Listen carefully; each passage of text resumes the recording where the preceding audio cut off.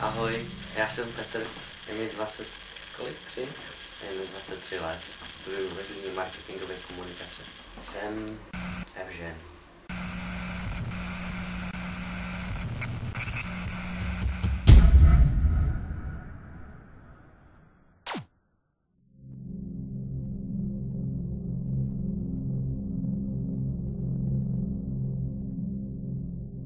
Evžen jako je prostě taková postavička, kterou, nevím, kterou není úplně příjemný potkat, pokud si dívka. Možná, já nevím, já si totiž s Evžena nikdy nic nepamatuju.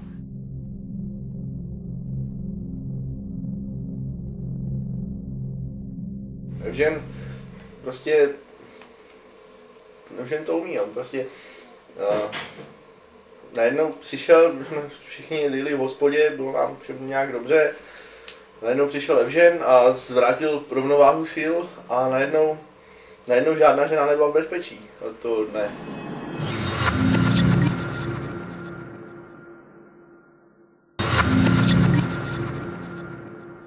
Evžen je alter ego, které se prostě objevuje, aniž by ho člověk chtěl potkat občas. Evžen je prostě taková věc, jako neúplně hezká. Evžen má úspěch u žen a pokud se Evžen probudí, tak většinou skončí jako někde jinde než doma. Evžen je tak silná osobnost, že prostě vytlačuje osobnost tu původní. To si myslím, že to je ono. Evžen je prostě jako uměle vytvořená věc. Dost. O kterých se prostě vytváří nějaký umělý hype, jakože Evžen, zase si bude jak Evžen a tak, ale prostě reálně to není nic tak hroznýho, co by se prostě dělo, že se to stává úplně každému. To není porucha. Prostě když vypiju určitý množství alkoholu, tak já si automaticky nic nepamatuju. To je prostě ta hlavní příčina za Evženem, že alkohol. My si nemyslíme, že chlast je jakoby to, co Evžena definuje. On prostě pouze snižuje tu úroveň toho předchozího vědomí, tím pádem jakoby dává tomu Evženovi prostor. Tak se musím ptát, když jsem přišel domů, jak moc jsem byl krásný večer a takovýhle věci, protože to fakt nevím. Chlast není Evžen. Chlast pouze čistí cestu pro Evžena, aby nastoupil. Evžen je samostatná entita, to bych s chlastem prostě nespojoval. To si myslím, že natolik je silná osobnost, že prostě to nemůže být jako jenom prostě takový ten tříslovečný démon alkoholu, to určitě ne. Není to tak, že bych prostě chodil po ulicích a tady balil prostě úplně cizí ženský nebo holky nebo tak něco, to fakt jako ne.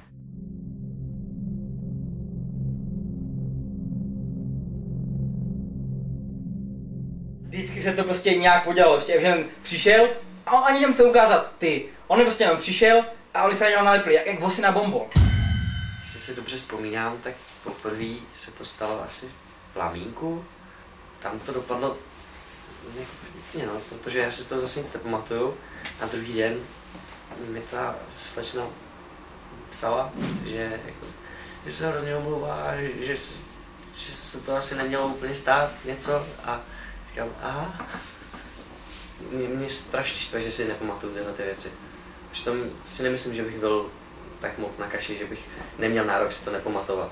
Že bych měl nárok si to nepamatovat. To jsem chtěl říct. Vtip v tom, že on nedělal nic.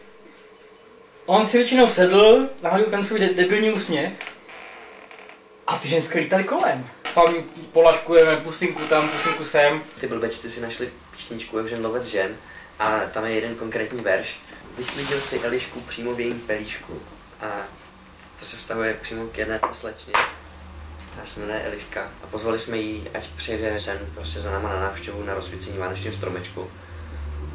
Že máme postel pro hosty, že může spát klidně u nás. Já spím ve své posteli, Evžen ve své kamarádce nás spát tady na posteli pro hosty, na tomhle gauči. Líbila se jak mě, tak Adamovi, tak Márovi i Radkovi, prostě všem 4 se nám jako docela líbila. Mára s Radkem se strašně snažili a furt do ní něco valili a tak.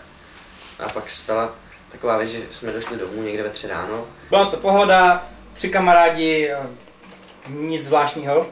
A pak, že teda jdeme spát. Adam si šel vyčistit zuby. Já jsem si šel vyčistit zuby. Vyčistit zuby. A já už jsem ležel a ona se najednou ocitla tady v tom pokoji. A pak nastala taková ta situace skoro jako v tom hollywoodském filmu, víš, jako, že ty dva lidi jsou u sebe a najednou se tak jako máš pocit, že se pořád přibližujou.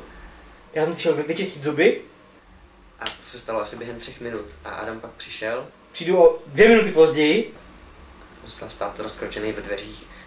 No už jsem spal na posteli pro hosty, že? Asi kvůli tomu jako se z toho Evžena stal takový hrozný hype, protože tam je ten, jakože Elišku si vyslídil v jejím pelíšku a byla tady ta Eliška v tom jejím pelíšku a tak. Evžen vyrazil s jednou a seděl s ním u stolu a vedle něho seděla druhá, která se po něm začala sápat. Přímo, když tam byli obě vedle sebe. A to byly pevné chvíle pro Evžena.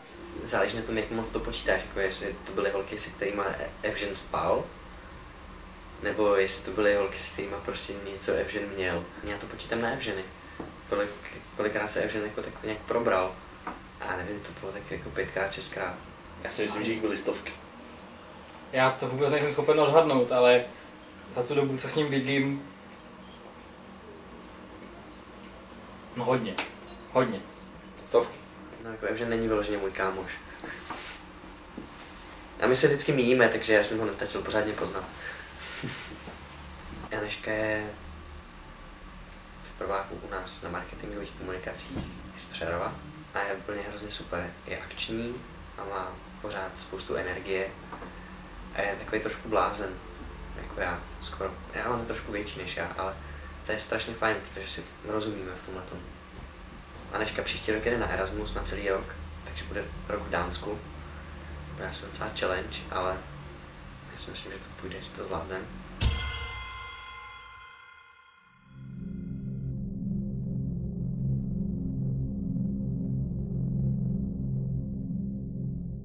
Je hodný a je s ním sranda. A je takový veselý a prostě energický. A je takový jakože bláznivý. Jsme na jedné akci a tam jsme jako se trošku dají dohromady pod vlivem alkoholu. Já si nemyslím, že by tady kdokoliv z nás v posledních 20 minutách žertoval. Byť jen slůvkem. My se tím možná bavíme, ale to jsou fakta. Evžen je fenomén, se kterým je třeba počítat. Evžen, kdo? Co?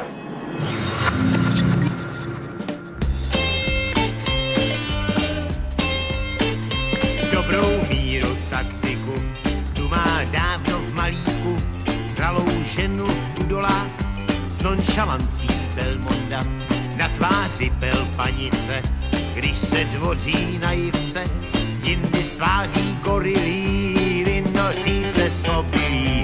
Je to Evžen lovec žen, nesmí zůstat nestřežen.